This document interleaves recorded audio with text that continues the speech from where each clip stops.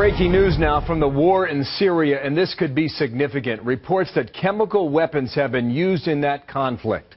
U.S. officials say their latest intelligence shows Syrian forces over the weekend began mixing two chemicals needed to make deadly sarin gas, raising significant new concern that Bashar al-Assad may be preparing a gas attack. The longer the bloodshed goes on, the greater the prospect that the institutions of the state of Syria implode.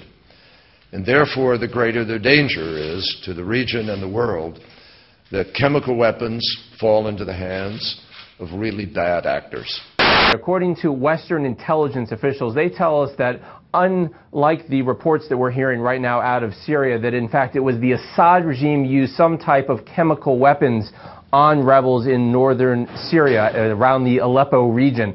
Now, of course, the Assad regime and the Assad state television have said that rebels used those weapons, but what we're hearing right now from Western intelligence officials is just the opposite, that in fact it was the Assad regime used some type of chemical weapons and killed somewhere between 15 and 26 people. I want to make it absolutely clear to Assad and those under his command, the world is watching. The use of chemical weapons is and would be totally unacceptable. And if you make the tragic mistake of using these weapons, there will be consequences and you will be held accountable. Good evening, ladies and gentlemen. Welcome back to Press for Truth TV. I'm your host, Dan Dix. Today is Tuesday, March 19th, 2013. And there are reports coming in today about a chemical attack in Syria, near Aleppo, one of the most densely populated areas of Syria.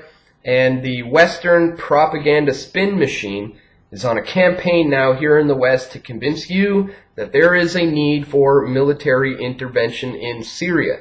Now, this all comes despite the fact that Bashar al-Assad has announced that his government is not responsible for these chemical attacks, but it is in fact the al-Qaeda-led rebels who used chemicals on the Syrian people. And I think one part of the puzzle, a big piece of this story that is missing from the Western media, is the fact that these al-Qaeda-led rebels are the creation of the CIA.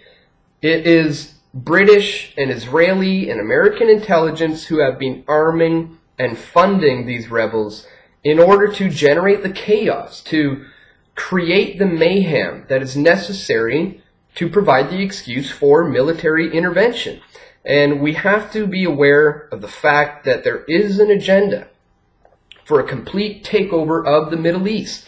And it has been excelling at an exponential rate in the last 10 years. But I can't help but wonder, when are people going to start to see the patterns that emerge here? I mean, it wasn't that long ago that we were all told about the weapons of mass destruction and the need to go in and stop Saddam Hussein. Well, many of us know that it later came out that there were no WMDs. In fact, it was recently revealed that the CIA and the FBI knew full well that there were no WMDs before the invasion. But again, it's all about providing the excuse to intervene militarily, all under the guise of humanitarianism. So that's what we're seeing right now coming from the propaganda spin machine here in the West.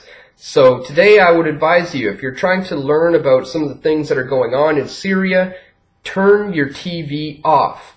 Right now it is just pure propaganda trying to convince you that we need to get in there to stop Bashar al-Assad. Now, I'm not sitting here saying that he's some shining beacon of light or anything. This man is a dictator. Their government has problems, just like every government does.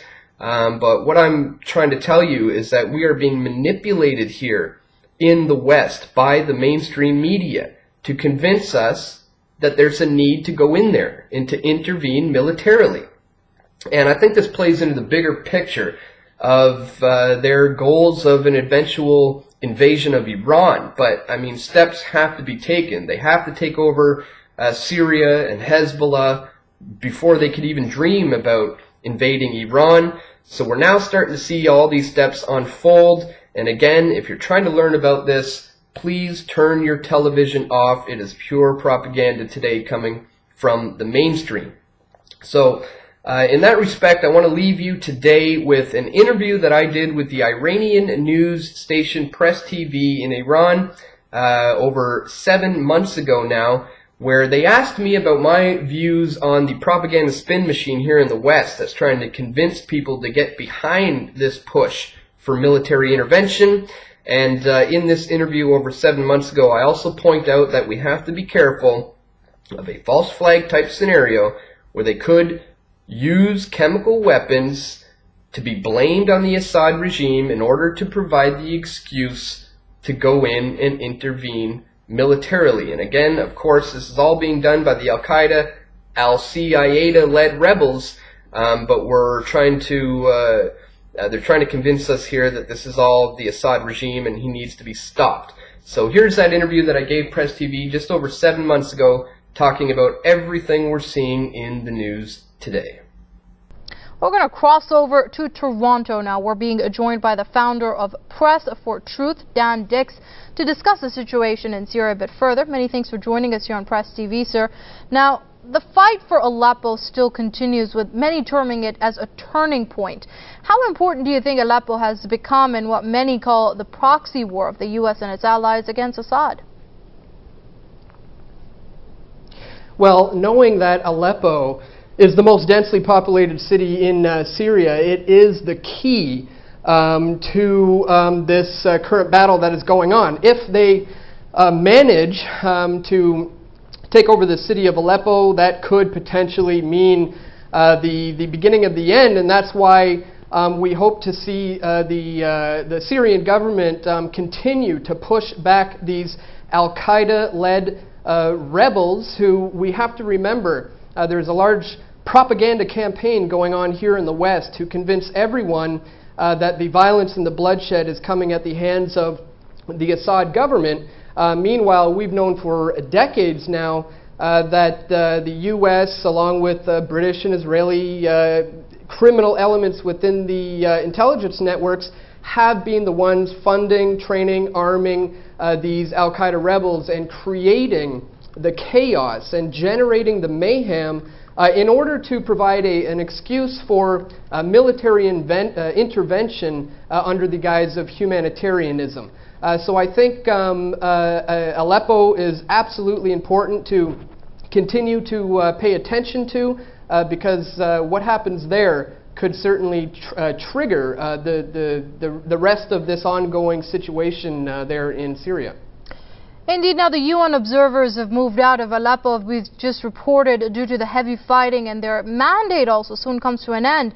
Assad has, Annan has left his post. The UN observer mandate is set to expire soon as well. Where does this leave the 6-point peace plan? Well, I think having Annan announce his stepping down is going to be used again as more propaganda to suggest that a 6-point peace plan is not possible and that this conflict cannot be resolved peacefully. Therefore, military intervention may be the only answer to stop the bloodshed. So it's certainly unfortunate that Annan is stepping down, but that's something that we have to certainly pay attention to as well. They could say that it looks like there is no peaceful resolution, especially if he's stepping down. Therefore, maybe the only answer is going to be military intervention, and I have a feeling that some of the things we may be hearing more of here in the West in response to Annan's announcement of stepping down. Right now, speaking of which, many have warned the United States against military intervention in Syria. It is perhaps a war that the U.S. may not be able to afford, but would it come to that if things don't go the way the West wants, or will it continue with this proxy war through militants, a lot of whom are not even Syrian? Well, we have to understand that there's been a concerted effort over the last few decades for a complete, total takeover of the Middle East, one nation at a time. We've seen it with Iraq. We've seen it as recently as with Libya. And so these efforts are certainly going to continue with Syria in this proxy war, which many of us fear that the bigger picture here is also an eventual military-led intervention in Iran. I think they have to focus on Syria first because of the allies there, and if they manage to get their stronghold, take over Aleppo there, the next phase may very well be to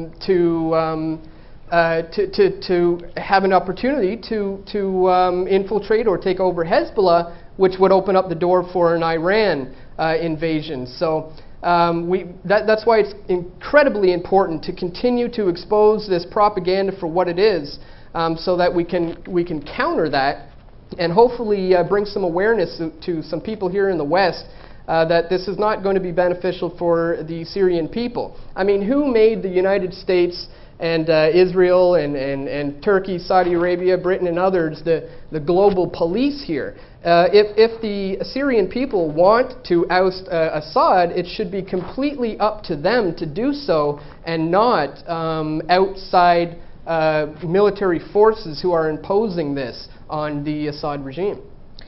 Right, and very quickly, if you can, as far as the mainstream media goes, it has played its part with regard to the situation in Syria in building up this consent against the Assad government. How do you interpret it?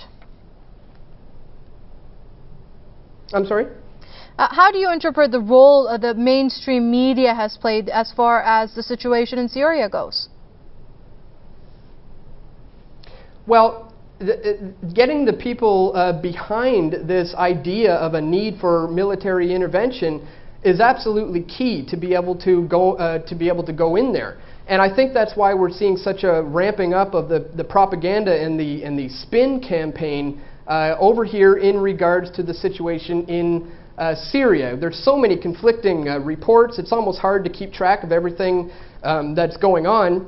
You mentioned earlier there was some intelligence officers who were captured, and as I understand it, some chemical weapons may have potentially been obtained by the al-Qaeda rebels from Libya through Turkey, and we have to be careful of the scenario of a false flag type event, where if this propaganda campaign does not work, they may try to stage some sort of chemical attack, which would be blamed on the Assad government. Of course, this would be done by the al-Qaeda rebels, to be blamed on Assad to provide the excuse, once again, to intervene militarily. So if this propaganda campaign does not hold up, we have to be very aware of the fact that they may take it to the extent of launching a false flag type scenario there in Syria. But once again, the most important thing we can do here in the West is try to counter this propaganda and let the people of the world know that it is indeed the al-Qaeda, American, Israeli-funded rebels who are the ones responsible for this, the loss of civilians and the bloodshed going on there right now. All right, we're going to have to leave it there. That was the founder of Press for Truth, Dan Dix, joining us there from studios in Toronto. Many thanks indeed for your insight here on Press TV.